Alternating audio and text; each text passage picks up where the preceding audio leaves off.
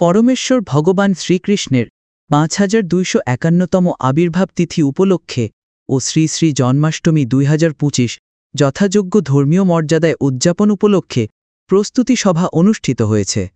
খাগড়াছড়ি থেকে বিপ্লব তালুকদারের প্রতিবেদনে দেখুন বিস্তারিত। সকালে খাগড়াছড়ি পানছড়ি উপজেলা জন্মাষ্টমী উদযাপন পরিষদের আয়োজনে খাগড়াছড়ি পানছড়ি উপজেলার দেবালয় মন্দিরের হলরুমে এই প্রস্তুতি সভা অনুষ্ঠিত হয়। এ সময় সনাতনী সম্প্রদায়ের সকল মঠ মন্দিরের নেতৃবৃন্দরা উপস্থিত থেকে এই প্রস্তুতি সভাকে সাফল্যমণ্ডিত করেন। পরে মন্দিরের নেতৃবৃন্দরা জন্মাষ্টমীকে সাফল্য ও সুন্দর করার লক্ষ্যে তাদের ব্যক্তিগত মতামত প্রদান করেন।